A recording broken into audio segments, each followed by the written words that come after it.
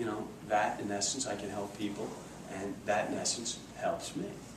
And that sharing of our talents is very important, right? It's very important. Share your talents. You know, we're so worried about the fear of failure, what everyone's going to think, and you know what? I've picked many of stocks that have gone down, right? And I've picked some that have gone up. But the beauty is in the trying, is in the doing. And I tell people, failure is good. It's good. It's a learning.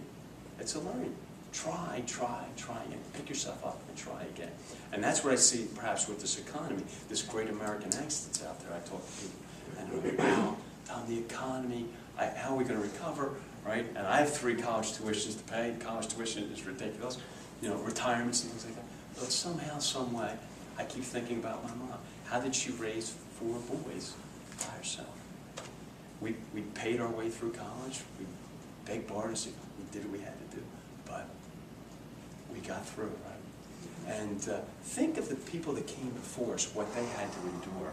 We have all these incredible, right, these incredible gifts, right? I mean, think about 50, 75 years ago. Some of the wealth, the Rockefellers, right? The Goulds, the most wealthiest people in the United States, right? Don't have the things that we have today, right? They don't have iPhones. They don't have internet. I'm thinking about just in our lifespans, right? There's black and white TV. We had to go up and change the TV with what? We had to go up, there was no remote controls. We had no cable. We had 6 channels. No cell phones, right? We had the rotary dial phone. My kids today, it's incredible, the technology and the advancements that we have. And again, do we appreciate them? Or do we listen to the news? Oh, we can't go into Philadelphia. Something might happen to us, right? And what happens, this pushing out of fear all the time, right? Fearful of the economy, fearful of this, fearful of that, fearful of sickness, fearful of these diseases. Oh, it just brings us, it lowers our energy, lowers, and we have to, in essence, sure, are there real things out there? Absolutely. But there's these other, and there's also this wonderful world of beauty, of kindness, of success, of abundance, right? It's amazing. Abundance. The future is better than you think. Peter Diamandis, Stephen Kotler. He is an MIT scientist. Brand new book. I just got it from the library. Thanks, Sue. And I said, one of my big things is abundance, abundance, abundance. And it's amazing.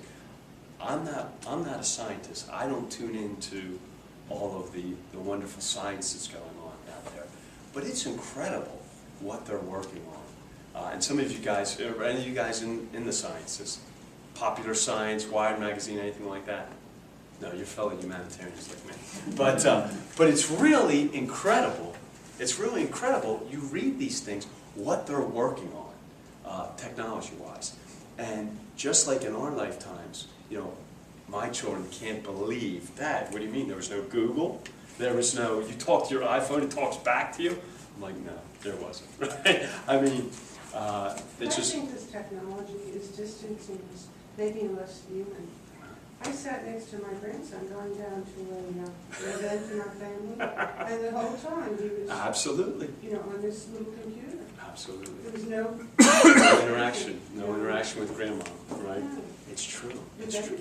No, and you know, it's true. The technologies. I mean, and you see it. We come in with our phone, our heads down, right in our phone, right? It's true. We don't interact as much anymore, but it's like anything else, right? There's a duality in everything, and it's the same with the technology, right? A lot of parents say, "Hey, I don't want my children on Facebook," right? There's a downside to it, but it's also an incredible tool, right? I mean, I call it the electronic fireplace, electronic campfire, right? Everyone gathers around Facebook, and you know, we have family in Italy, and we can communicate via Facebook with them in Italy. So it's very powerful. But you're absolutely right. What I say, and you know, you've got to have guidelines. In our house, my daughter, she's just a social butterfly, and she'll be on that computer for 4 hours if I let her. She'll come home from school, boom, right away. You know, that's called parenting, right? We have to set guidelines.